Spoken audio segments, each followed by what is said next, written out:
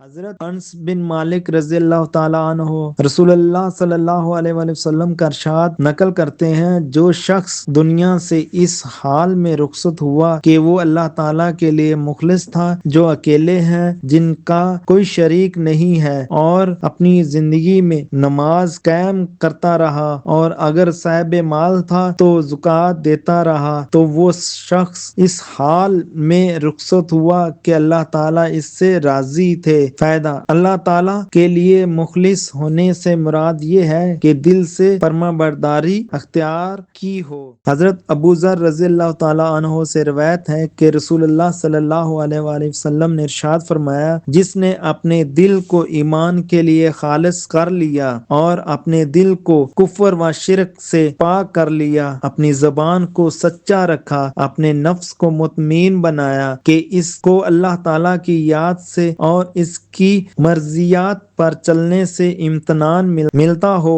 اپنی طبیعت کو درست رکھا کہ وہ برائی کی طرف نہ چلتی ہو، اپنے کان کو حق سننے والا بنایا اور اپنی آنکھ کو ایمان کی نگاہ سے دیکھنے والا بنایا، یقیناً یہ شخص کامیاب ہو گیا۔ حضرت جابر بن عبداللہ رضی اللہ تعالیٰ عنہ سے روایت ہے کہ میں نے رسول اللہ صلی اللہ علیہ وآلہ وسلم کو یہ ارشاد فرماتے ہوئے سنا، جو شخص اللہ تعالیٰ سے اس حال میں ملے کہ اس کے ساتھ کسی کو شریک نہ ٹھہراتا ہو، وہ جنت میں داخل ہوگا، اور جو شخص اللہ تعالیٰ کو اس حال میں ملے کہ وہ اس کے ساتھ کسی کو شریک ٹھہراتا ہو، وہ دوزخ میں داخل ہو گیا۔ حضرت عبادہ بن صامت رضی اللہ تعالیٰ عنہ سے روایت ہے کہ میں نے رسول اللہ صلی اللہ علیہ وآلہ وسلم کو ارشاد فرماتے ہوئے سنا، جس شخص کی موت اس حال میں آئی کہ وہ اللہ تعالیٰ کے ساتھ کسی کو شریک نہ ٹھہراتا ہو، تو یقیناً اللہ تعالیٰ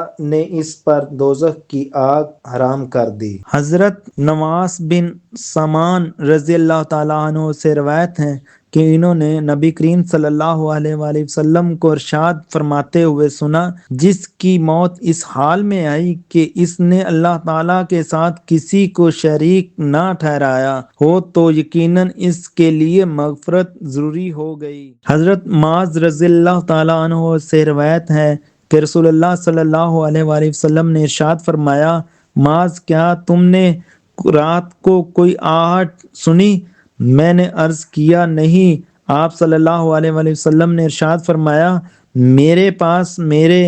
رب کی طرف سے ایک فرشتہ آیا، اس نے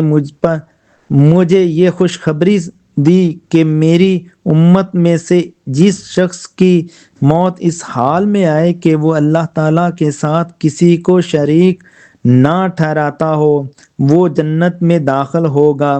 میں نے عرض کیا، یا رسول اللہ صلی اللہ علیہ وآلہ وسلم، کیا میں لوگوں کے پاس جا کر یہ خوشخبری نہ بتا دوں؟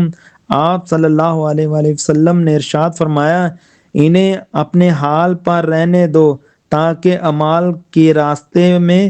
ایک دوسرے سے آگے بڑھتے رہیں۔ حضرت معاذ بن جبل رضی اللہ تعالیٰ عنہ سے روایت ہے کہ نبی کریم صلی اللہ علیہ وآلہ وسلم نے ارشاد فرمایا، معاذ، تم جانتے ہو کہ بندوں پر اللہ تعالیٰ کا کیا حق ہے اور اللہ تعالیٰ پر بندوں کا کیا حق ہے؟ میں نے عرض کیا، اللہ تعالیٰ اور اس کے رسول صلی اللہ علیہ وآلہ وسلم زیادہ جانتے ہیں۔ آپ صلی اللہ علیہ وآلہ وسلم نے ارشاد فرمایا، بندوں پر اللہ تعالیٰ کا یہ حق ہے کہ اس کی عبادت کریں اور اس کے ساتھ کسی کو شریک نہ کریں، اور اللہ تعالیٰ پر بندوں کا حق یہ ہے کہ جو بندہ اس کے ساتھ کسی کو شریک نہ کرے،